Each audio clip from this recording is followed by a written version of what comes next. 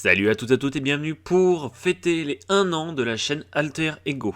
Dans cette vidéo, nous allons revenir sur le contenu publié cette année.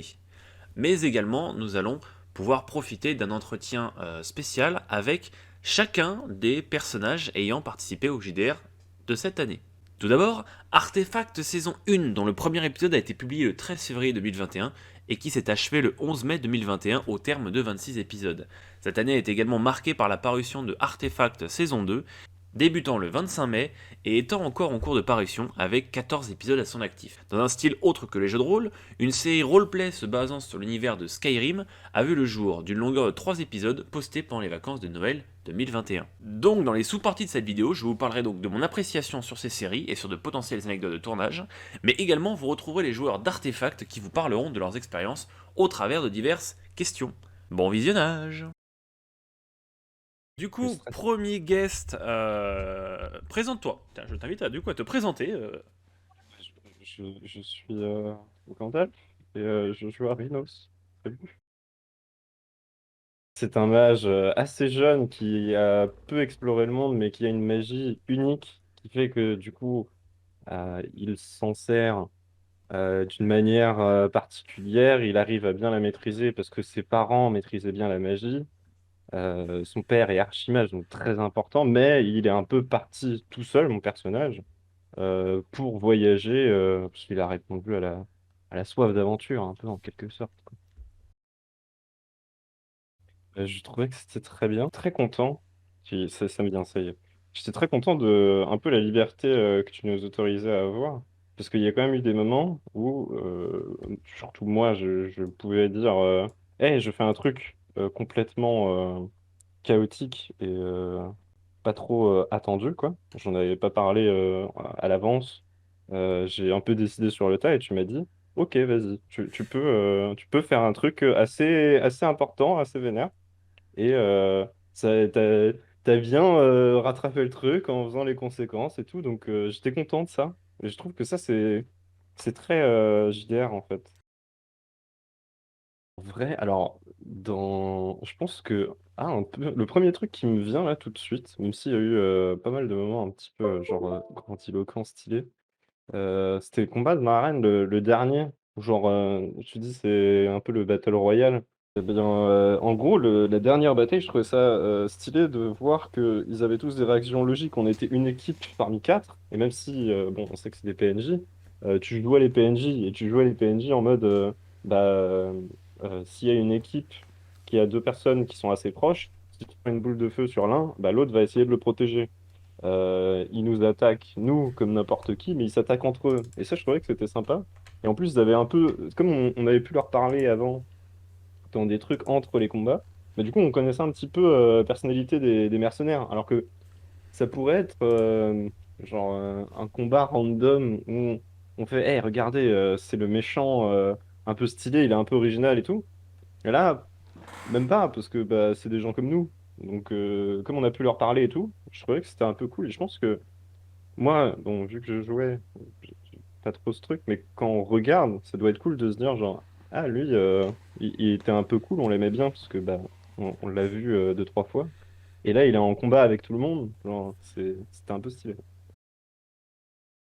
Oula, non, j'ai un moment qui me revient où je faisais une blague, mais genre vraiment, pile au moment où c'était hors caméra pour pas que ça passe sur YouTube, c'est tout. Mais Évidemment, tu es le spécialiste du politiquement incorrect. ouais, bah du coup, voilà, pour une fois, je l'avais fait hors live. Et ouais, non, ça me revient, mais bon, c'est pas le meilleur moment. Euh, et c'était le bordel, et cohérent, et surprenant. Donc voilà, c'était un moment vraiment très cool, je trouve. Et on foutait le bordel, donc en plus, c'était marrant. Toujours. Hors jeu, tu vois. Hors caméra, C'était c'était le marrant. bordel constamment. Voilà, hors caméra, c'était le bordel aussi, donc du coup, c'était encore plus marrant. Bah oui, il y a tout un moment où alors, on a un objectif, on arrive dans un nouvel endroit euh, où on peut parler avec plein de PNJ. Et c'est pas le premier endroit, c'est le deuxième endroit où on va. Je pense que peut-être tu peux voir qu'il est un peu mal famé. Je Mhm. peux le dire ça. Voilà. Je pense que tu peux voir un petit peu ce moment où genre, il y avait pas mal de petites quêtes secondaires pour essayer de nous faire arriver à l'objectif principal. pareil, c'était sympa. Et après, en plus, quand j'ai vu les VOD, j'ai vu des trucs que j'avais pas vu moi, parce que j'étais pas là. Et je trouvais ça cool aussi. Moi, en fait, je n'avais pas du tout le point de vue de Stone à un moment un peu important quand même. Et du coup, bah, c'était juste trop marrant de voir que vous avez eu un moment assez épique. Alors que bah, nous, on était en train de boire des coups avec Brad et on était en mode, bon, bah allez, on se prépare, on fait un plan de fou et tout. Et en C'est fait, ça. bah, on n'avait pas du tout besoin parce que Stone avait tout réussi. Et Deux nous, on salles, était en deux mode, ambiances. ouais, carrément. Ouais, ça retombe sur ce que je disais avant, que j'aimais bien comment c'était cohérent tout le temps.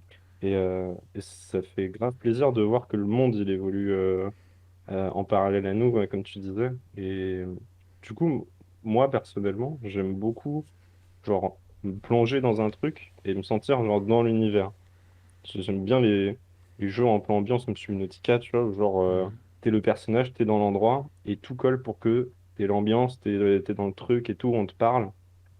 Et bah ouais, je trouve que ça, vraiment, tu le gères, quoi. Alors, je pense à un truc, c'était pas forcément moi, mais j'avais l'impression que il y avait des moments où je voyais comment le bah du coup c'est quoi c'était Chimule qui était en mode vas-y je vais me taper et tout du coup je me prenais un petit peu que bah il y avait des moments où genre voilà c'est pas comme ça mais après c'est ton JDR et du coup c'est aussi comment à, à elle de s'adapter un petit peu mais que comment je me contredis un petit peu parce qu'au début j'avais dit c'était que du social je pourrais jouer. Je pense que là comme je m'attendais à ce que ce soit un truc genre Medieval Fantasy, je m'attendais aussi à des combats et tout. Et bon, bah, ça m'a quand même grave plu. Mais ouais, des petits combats de temps en temps, je pense que genre pour le rythme, ça serait trop cool. Bah, mais oui. Enfin, moi toujours, hein. De toute Eh ben façon, je suis parfait. accro JDR et j'aime bien les tiens, donc voilà. Eh ben je te remercie pour ton temps. Merci d'avoir répondu à mes questions et on te retrouvera donc dans la suite d'Artefact saison 2 et dans les prochains JDR à venir. Du coup, deuxième guest, je t'invite à te présenter. Salut, je m'appelle Chimule, ou Nora, et j'incarne Brad dans la série Artefact.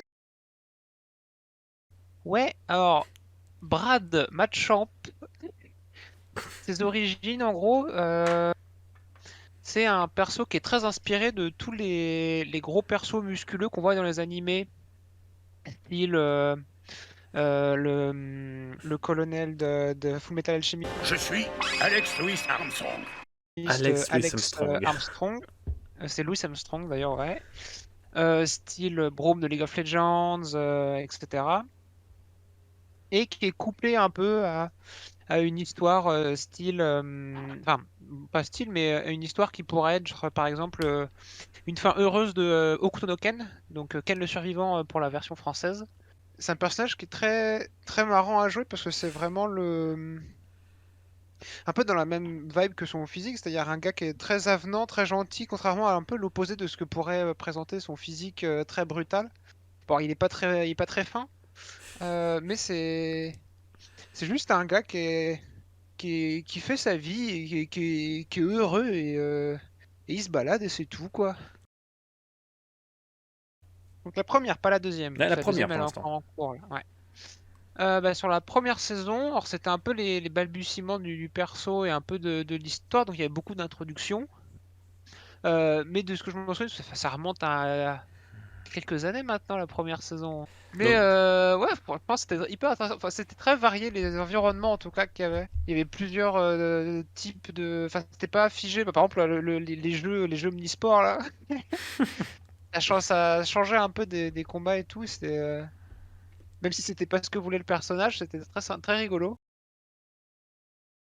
Euh, je crois que vraiment en tant que joueuse, c'était les, euh, les reines de gladiateurs. Parce que je me suis vraiment lâché. on a vu, Ouais, le perso voulait pas y participer. Mais c'était quand même vachement marrant à justement à RP ça. Chercher. Alors c'est pas un peu du limit testing, mais chercher un peu à voir un peu les Tu où testais est-ce les qu'il limites pouvait aller, de l'univers, quoi. Où est-ce que tu pouvais aller, quoi. voir ouais, voir où est-ce que pouvait aller le perso dans son degré de Dans j'ai sa pas envie. connerie, quoi. Et au final, même s'il y a eu des preuves en soi qu'il a pas aimé mais ouais, c'était vraiment très marrant. Et je pense que c'était, enfin, moi en tout cas, j'ai vachement rigolé. Un moment où je me souviens, t'as beaucoup ri aussi. C'était quand vous cherchiez l'auberge et que j'ai donné le nom de l'auberge. Je me rappelle C'était plus. l'auberge du croc. Oh oui, oh, il se décarcasse. Ah oui, c'est J'en ça. peux Alors, moi, je me souviens d'une phrase, c'est putain, l'auberge du croc, je m'y ferai jamais.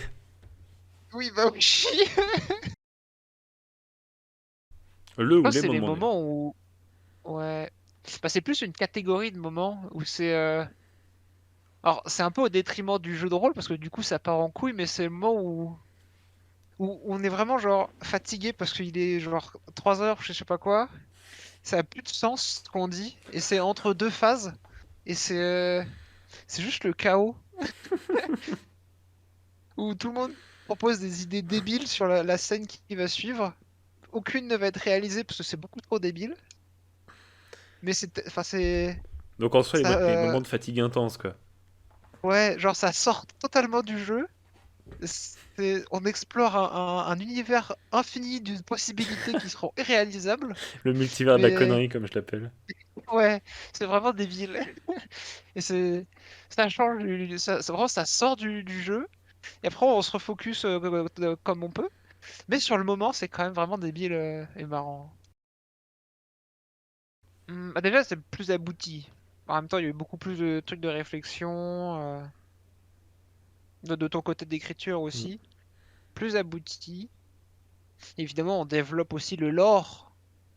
Parce que dans la première, il y en avait, mais c'était Centralisé. plus centralisé. Et surtout, à chaque fois, on s'adaptait à la situation qui était là. Mais nous, en tant que personnage, c'était plus du. On répondait que, ok, il se passe ça, donc bah, notre but, c'est de faire ça et de ça, ça, ça. Mm. On a beaucoup plus planifié en tant que nos personnages ont beaucoup plus planifié ce qu'ils faisaient en fonction de ce que de eux, etc., que en réponse à un événement qui arrivait. En tout cas, j'ai l'impression. Donc il y a une forme de Même prise de si quand même. contrôle des personnages sur leur propre destinée, entre guillemets. Ouais, bah surtout pour mon perso. Parce que, enfin, surtout, alors sans spoil, hein, mais il y a eu une grosse prise ouais, responsabilité. Enfin, je sais pas. Il y a eu un choix qui a dû être fait pour mon personnage, qui fait que il y a beaucoup plus. Enfin, en tout cas, de mon côté, de ma perspective, j'ai j'ai plus ce sentiment-là, ouais. Bah, j'aime beaucoup, c'est vraiment le type d'univers un peu anachronique de fantasy que j'aime bien, qu'on peut pas, enfin, on peut plus le situer vers un truc un peu médiéval fantasy, mais en soi, il n'y a pas de temporalité référentielle par rapport à notre monde. C'est vraiment genre, bah, le monde est là, il y a il y a ça qui existe, ça, on sait pas, et on évolue dans ce monde-là où, bah, au final, en fait, c'est très libre. Parce qu'on peut vraiment, bon, il y a des limites, hein, forcément, mais on peut vraiment créer un peu tout ce qui nous plaît dans ce truc-là. Il y a pas de... Les barrières sont très floues et très larges. Ce qui fait que même au niveau du scénario ou du potentiel futur, c'est vachement ouvert. Et moi j'aime bien ça. C'est pas figé dans une époque où on sait bah non ça c'est pas possible parce qu'à cette époque-là ça existait pas. Bah non on n'en sait rien dans ce monde-là. Tout était pas Tout peut possible. exister en soi tant que c'est justifié. Hmm. En fait, c'est plus. Il y en a eu, ouais. Le plus gros, je vais y venir. Mais en fait, c'est pas lié au jeu de rôle en lui-même. Enfin, c'est pas lié à Artefact en lui-même, c'est plus lié à un type de RPG. Donc celui qu'on pratique qui est un peu basé sur aventure. Qui est, en fait, à la longue, on fait quasiment que ce type-là de RPG. Même en tout cas, avec toi, on a fait que ça et même si quelques JDR de Clément qui sont un peu différents, mais on reste dans ces principes-là en fait. qui est à la longue un peu limitant. Genre si on veut un peu changer de type de comportement ou autre, il y a des limites imposées par cette mécanique qui fait qu'il y a des trucs trop durs à mettre en place ou des types de gameplay qui sont pas adaptés à ce type de jeu de rôle qui gêne un peu, mais en soi, le truc c'est que pour régler ça, faut drastiquement changer de type de jeu de rôle et c'est long, complexe. Ah bah tous les jours. Alors peut-être pas avec Brad, parce que au bout d'un moment, changer de perso c'est sympa aussi. Mhm. Et puis le perso a fait son petit bonhomme de chemin. Mais ouais, l'RPG c'est toujours sympa à faire.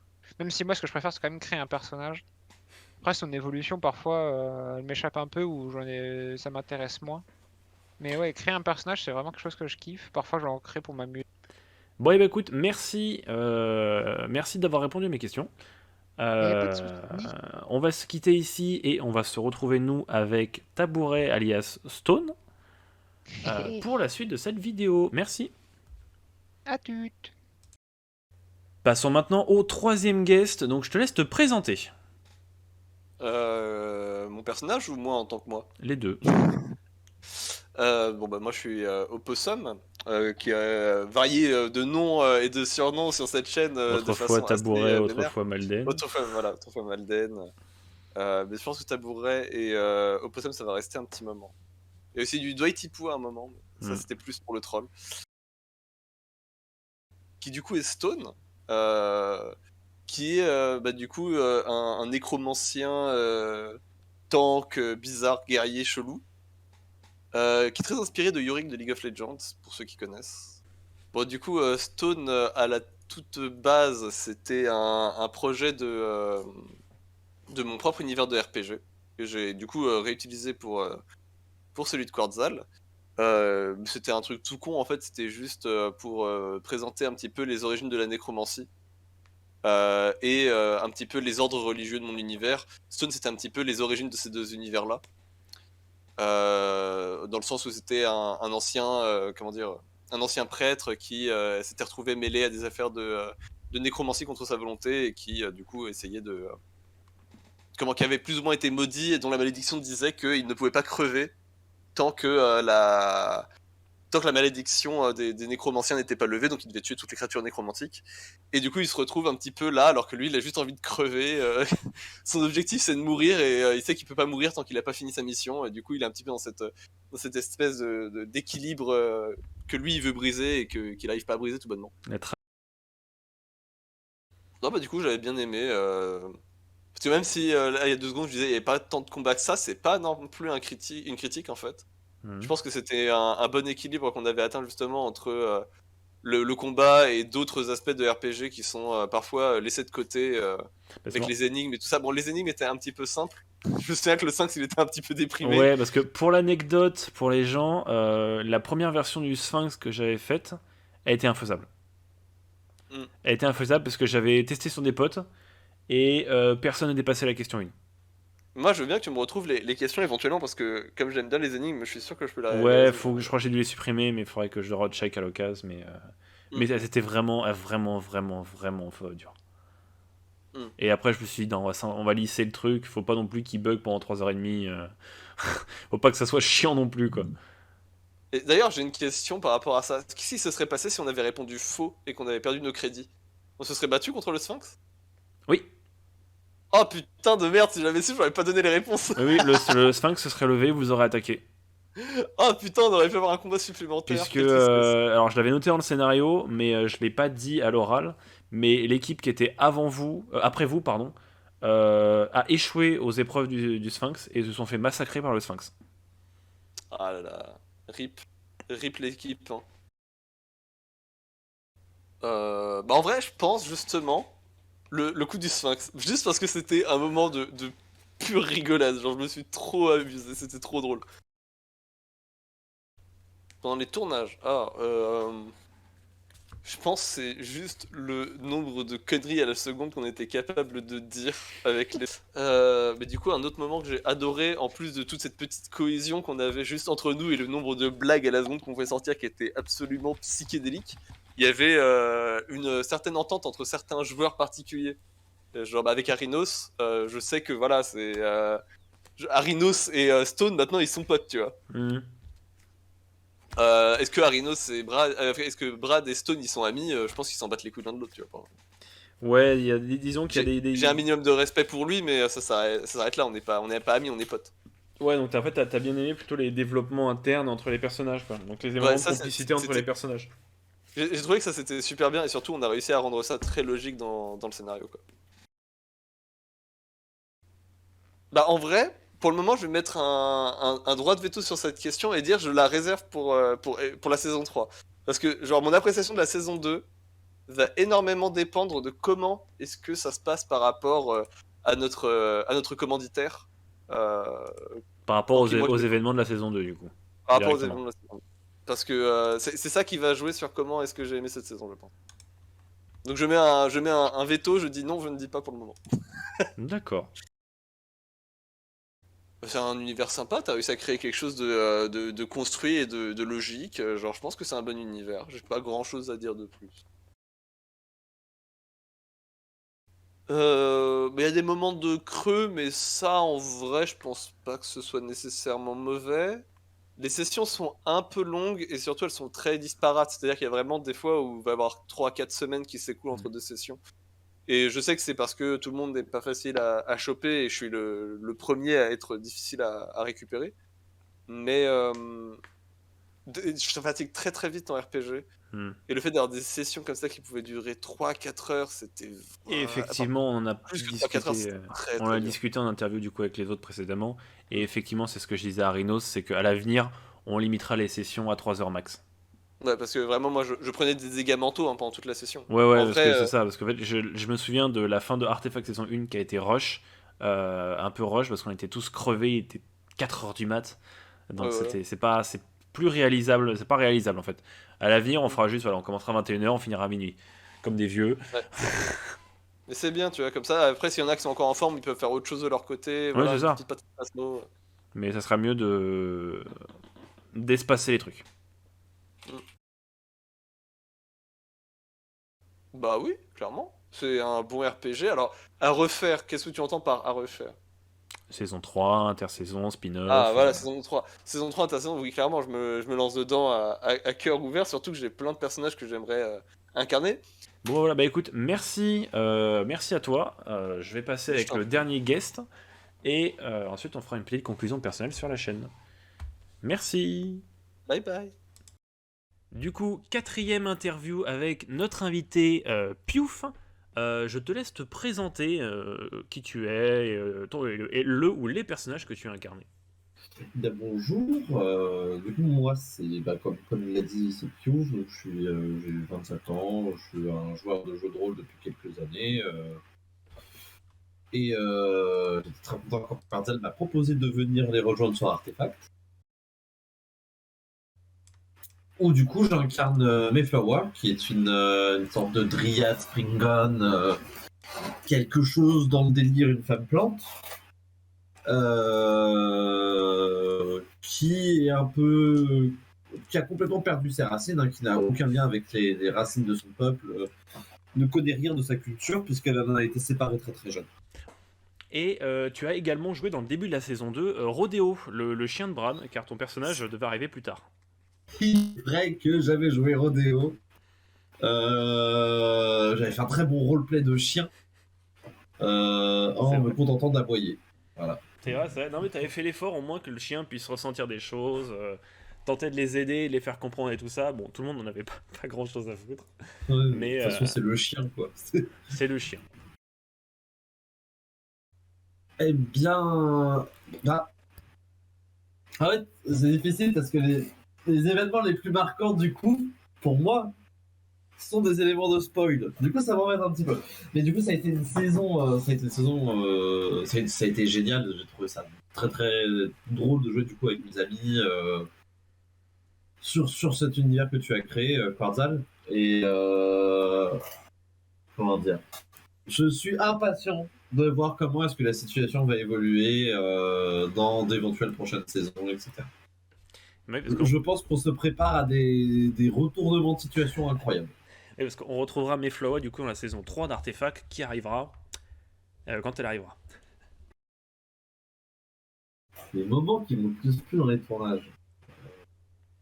Est-ce que c'est le jeu en lui-même, les délires à côté, quand ça part en vrille en off Bah, c'est un peu un mix des trois parce que chacun individuellement est pas incroyable, mais c'est le cumulé de tout. Si, un moment, il y avait un moment particulièrement drôle. C'était quand on rencontrait un personnage très très important lors de la saison 2. Et qu'on s'est mis à collectivement. C'était techniquement notre adversaire, mais pas encore. Et on s'est mis à collectivement lui pourrir sa vie juste en lui disant ouais mais en fait t'es un pauvre naze mec, tu sers à rien. Et on a passé je crois 10 minutes notamment avec Brad à lui dire mais t'es une merde. Pourquoi est-ce qu'on devrait traiter avec toi? Et ben je le connais pas beaucoup en fin de compte. Je connais pas tant que ça mon grand dame. C'est-à-dire que j'ai un peu compris l'endroit dans lequel on se situe. Et la géopolitique de cet univers, etc. De savoir qui est quoi, comment ça se passe, c'est qui les connards, c'est qui les pas connards, c'est qui les moins connards et les plus connards. J'en ai aucune idée. Et je compte essayer de travailler là-dessus parce que j'ai commencé à regarder la saison précédente aussi.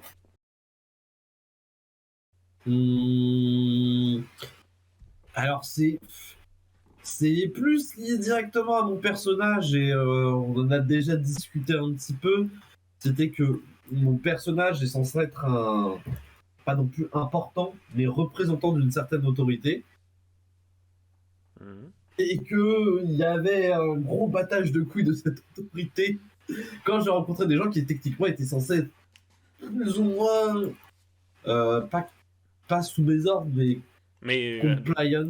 Ouais, c'est ça, respecter au moins Voilà, me respecter, globalement. Après, le coup, c'est qu'il y a peut-être l'éloignement de la capitale, le racisme aussi qui peut jouer. Oui, voilà, il y a de ça. Voilà, le racisme, le sexisme notamment. Donc parce que là, il faut se rappeler que c'est quand même une bourgade médiévale. Une bourgade médiévale, que je suis une femme plante, qu'il n'y en a pas dans la région. C'est ça, donc une femme plante qui vient de la part de l'empereur. T'as le racisme, le sexisme et le gros doute quand même qui se mettent dedans, quoi. Toi au service du roi. Ah mais du coup non mais globalement c'était super cool. J'ai pas grand chose à redire hein, à part et ça encore vraiment ça relève de l'ordre du détail.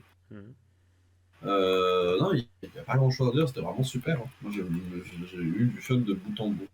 Si il y avait la section rodéo qui était un peu longuette pour moi, mais en même temps il fallait qu'il y ait une logique sur C'est ça, il fallait que c'était soit en fait tu jouais pas avec nous et t'attendais le début et tu ratais le début du coup, soit il fallait que je te trouve un truc et il se trouve que Brad avait kidnappé un chien, donc du coup on en a profité. Mais bon c'était bon bah au moins ça fait une expérience marrante. Ah bah oui c'était clairement drôle d'avoir joué le chien. Mais... Sans aucun putain de doute, je me jette dessus.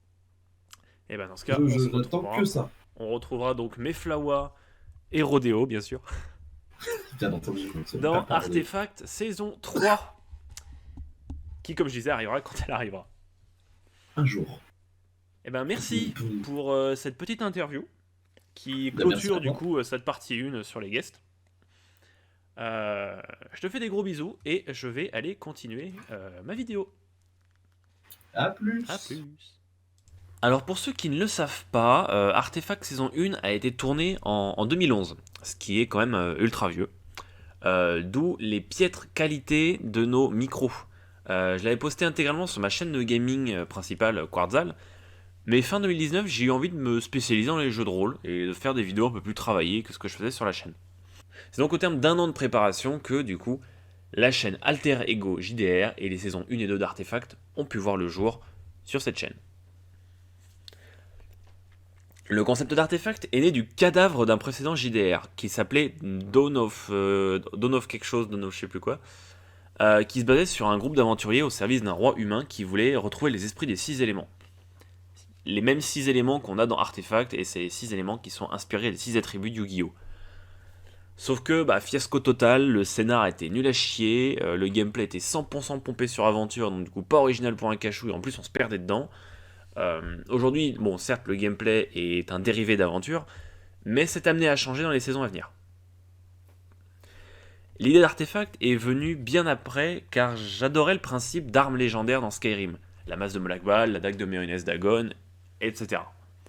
Tout ça fusionnait à une grosse inspiration des bouquins de Paolini, notamment la saga Eragon. Et aussi parce que j'adore les dragons. D'où le crâne, la crête, l'auberge du croc. Auberge qui d'ailleurs, comme on l'a dit précédemment, a beaucoup fait rire Chimul. Donc voilà, rien de subtil. J'ai eu énormément de problèmes pour produire les vidéos. Faut savoir qu'à l'époque, je bossais sur l'extraordinaire Windows Movie Maker. Et que du coup, il plantait toutes les 30 minutes. Donc je devais recommencer tout s'il ne faisait pas un rendu toutes les demi-heures. Un véritable enfer. Depuis le milieu de la saison 2, je suis passé sur Vegas Pro, et putain que c'est mieux. Bon, j'ai également eu des problèmes. Plein de vidéos ont eu des problèmes de droits d'auteur, notamment avec des musiques libres de droit que j'utilisais depuis plusieurs mois, qui étaient rachetées puis strikées par YouTube. Voilà, rachetées par des tierces, hein, par des... Je dis des tierces, mais j'appellerais ça des connards. Et c'est vraiment fatigant, parce que du coup YouTube se met totalement de leur côté, évidemment, puisque eux leur apportent plus d'argent. Mais le simple fait que ça soit possible montre qu'il y a de gros problèmes en haut, mais ça, tous les collègues vous en parleront mieux que moi. Mais sinon pour les scénarios, j'ai eu aucun problème, en général ça vient tout seul. Le scénario de la saison 1 a été écrit en genre une semaine, et pareil pour la saison 2, même si pour elle, le brouillon a pris 4 heures et le peaufinage une semaine. Le plus long c'est les maps, notamment trouver les tokens sur Roll20, et comme je ne fais qu'avec les tokens gratuits. Pour faire les maps de la saison 1, j'ai dû mettre environ 2 mois, et chaque map me prend environ entre 3 et 5 heures de travail. Bon, au final, le résultat me satisfait toujours, même si je suis un peu stressé au niveau des enregistrements et que je me perds un peu dans les règles au fil de la partie. Mais bon, j'essaie de m'améliorer au fil du temps, et on voit une nette barre de progression entre la saison 1 d'Artefact et la saison 2. En même temps, il faut dire qu'il y a eu 4 ans entre les deux. Parce que Artefact saison 2, du coup, a été tourné en 2010... Fin 2010... Non, attends.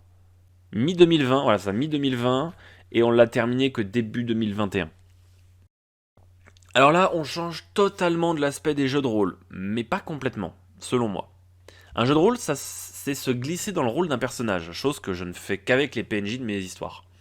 J'ai voulu faire quelque chose que je voulais faire depuis un moment, depuis notamment le fameux RPZ de Zerator, c'est du roleplay. Et j'ai choisi Skyrim parce que c'est un jeu que je connais par cœur, et qui est vraiment modulable à donf. J'en faisais déjà dans mon coin sur ma partie solo, l'enfant dragon devenu empereur du nouvel empire de Tamriel, et c'est comme ça que je me suis dit, pourquoi pas faire ça en vidéo. Alors je voulais pas refaire une énième fois la quête principale, ça a été fait 1000 fois, ça n'a aucun intérêt, et c'est comme ça que m'est venue l'idée de créer des chara-design un peu spéciaux, et de me concentrer sur une quête secondaire en particulier. C'est comme ça qu'est né du coup Zaan Lotran, détective privé originaire de Cyrodiil, et j'ai centré ce premier livre, c'est comme ça que j'appelle mes saisons.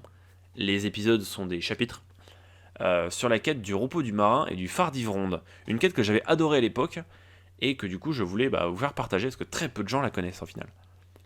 Et je peux même vous teaser que Zaan Lotran reviendra dans une nouvelle enquête, un jour ou l'autre.